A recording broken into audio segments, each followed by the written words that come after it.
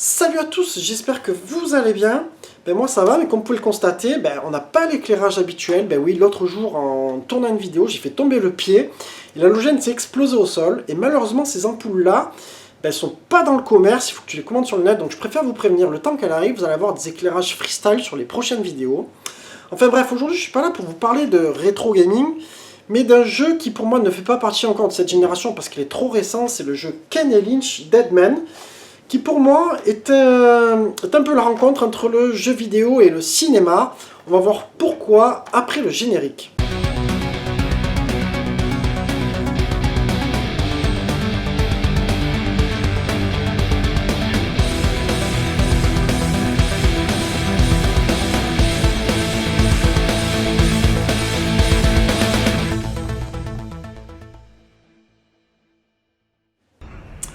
Alors, Kane et Lynch Deadman, un jeu qui avait été développé par IO Interactive, qui est une filiale du studio Eidos, qui est lui situé au Danemark, qui compte à peu près 200 personnes et qui avait été pas mal connu pour le développement des jeux Hitman, que vous avez vu sur PS2, sur PS3, un jeu qui a plutôt bien marché.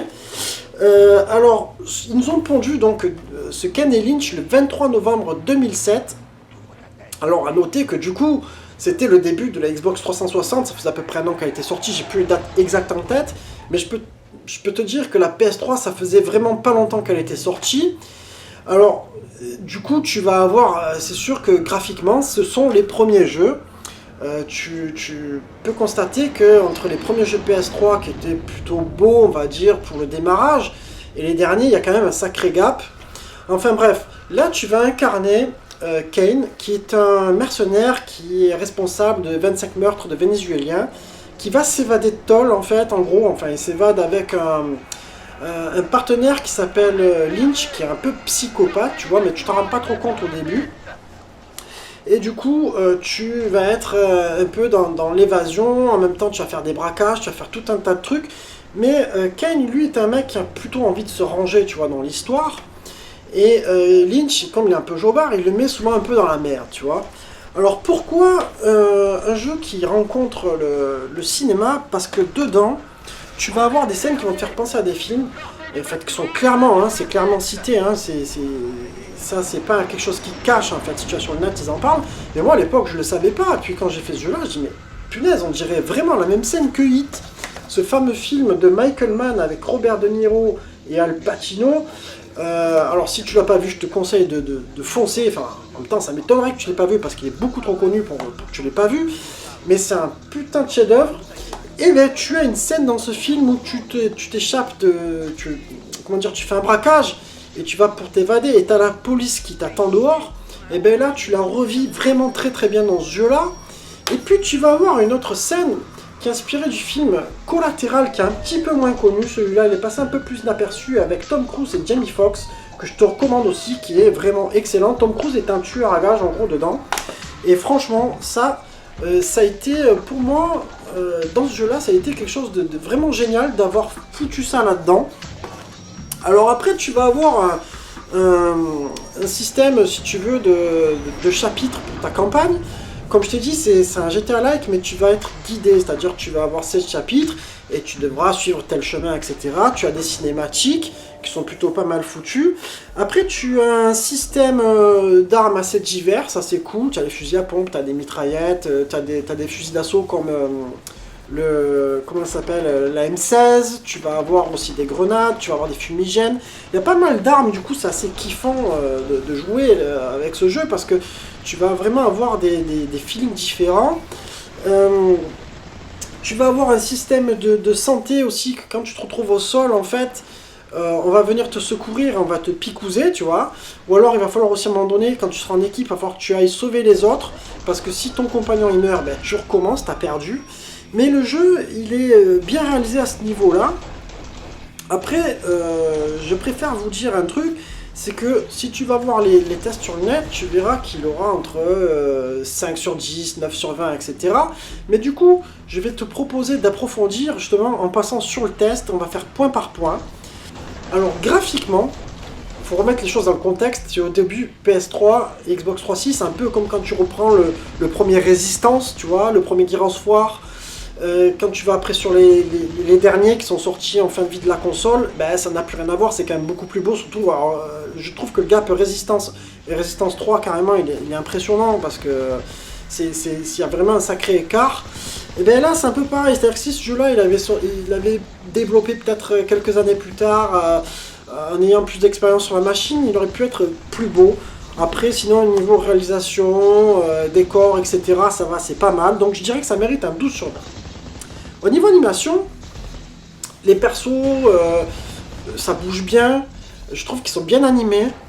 Même la façon de tenir les armes, etc., c'est bien foutu, je trouve. Tu as quelques ralentissements dans certaines scènes. Quand il y a beaucoup de persos, ça peut arriver un petit peu. Bon, c'est pas hyper gênant. Dans l'ensemble, c'est plutôt, on va dire, c'est plutôt bon. Donc je dirais que ça mérite un 14 sur 20.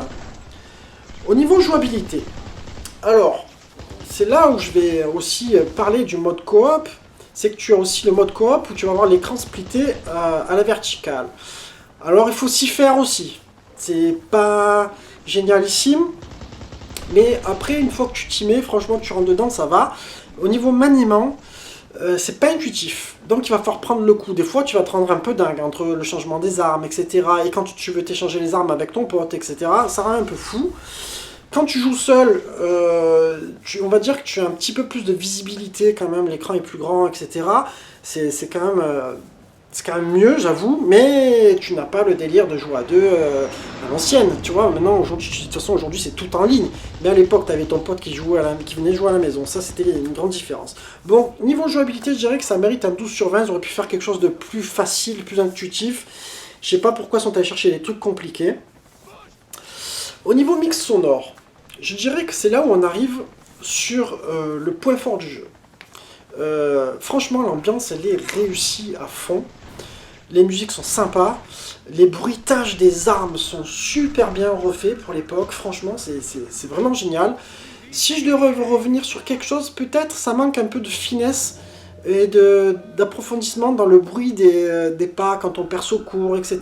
Quand les ennemis arrivent, tu vois, on n'entend pas trop ça. Mais sinon, je dirais que c'est vraiment bien foutu, donc ça mérite un 15 sur 20. Au niveau de durée de vie, ben, tu vas avoir 16 chapitres. Alors si tu le fais tout seul, je dirais que tu vas mettre à peu près 7-8 heures pour finir. À deux, peut-être que, je sais pas, ça va peut-être changer la donne, peut-être tu mettras un peu plus de temps, parce que voilà, l'ordinateur est peut-être pas mal quand même dans le jeu, je trouve que ça va. Au niveau de l'IA, c'est plutôt pas mal foutu. Par contre, voilà, hein, une fois que tu as fini tes 16 chapitres, si vraiment tu as kiffé le jeu, tu as des niveaux de difficulté variés, tu peux tenter de le faire en plus dur. Après, par contre, dès que tu passes la barre de normal, ça commence à piquer au niveau de difficulté. Mais du coup, je dirais que voilà, c'est pas comme un GTA Live où tu peux jouer en ligne, etc. Tu vas passer 100 heures. Malheureusement, c'est une petite durée de vie, tu auras du 13 sur 20 pour ce jeu-là. Alors du coup, au niveau verdict, tout à l'heure, je vous ai dit qu'on arrivait sur le net, tu voyais des notes comme jeuxvideo.com, ils avaient mis 9 sur 20, mais franchement, je les comprends complètement sur ce coup-là. Moi, si je fais la moyenne de mes notes, je vais arriver sur du 13 sur 20. Mais je suis peut-être un peu trop clément, je sais pas, mais parce que ce jeu-là, je l'ai kiffé aussi. Pour moi, c'est un jeu quand même qui m'a fait grave kiffer la PS3 au début quand elle est sortie, parce qu'il est tombé à pic, c'était le début où je l'avais eu. Et c'est aussi un des rares jeux voilà, qui va te reprendre une scène de cinéma comme ça, de film, et en tant que cinéphile, ça m'a vachement plu, tu vois, ce délire-là, de te retrouver dans Hit, tu te crois vraiment dans ce film. Après, je t'avoue que c'est pas un jeu inoubliable, et encore pire, si je vous parle de sa suite, qui a été une véritable catastrophe, vraiment, je ferai peut-être un test de bouse là-dessus. Enfin voilà, je crois que je vous ai un peu tout dit sur ce jeu-là. J'espère que cette vidéo vous aura plu. Je vais vous laisser quelques extraits en plein écran pour que vous vous rendiez bien compte de ce que c'est. Et puis en attendant, je vous embrasse tous et je vous dis à très bientôt les amis. Ciao ciao.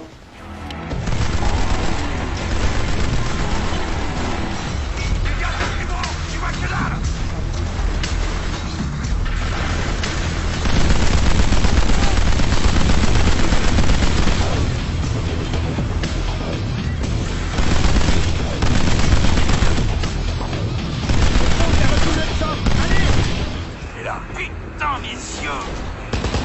J'y vois que dalle!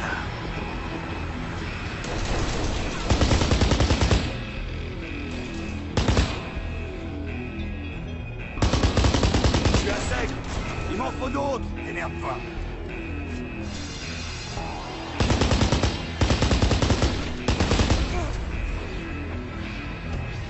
Faut pas qu'ils s'enfuient. Mais c'est ce que je fais. Dégagez de l'entrée!